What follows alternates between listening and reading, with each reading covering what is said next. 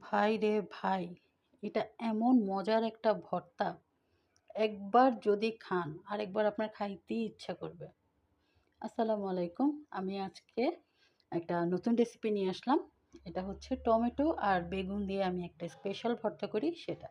তো এটার জন্য ১ম এ আমরা একটু হলুদ আর লবণ মিশিয়ে এভাবে একটু তেলের উপরে ভেজে সুন্দর করে একটু লাল, লাল করে ভেজে নিতে হবে।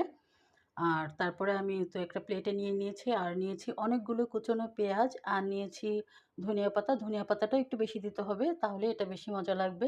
আর নিয়েছি ৭ থেকে ৮ টা শুকনা মরিচ। মরিচগুলি মোটামুটি ভালোই ঝাল ছিল। আর সাথে তো অবশ্যই সরিষার তেল দিতে হবে।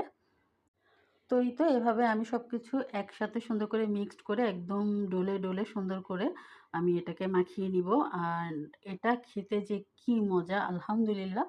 এটা দিয়ে একদম আপনি ২-৩ প্লেট ভাত খেয়ে ফেলতে পারবেন। এটা এতই মজার। তো এরকম ভর্তা যারা খাননি বানিয়ে খেয়ে দেখবেন। ধন্যবাদ সাথে থাকার জন্য।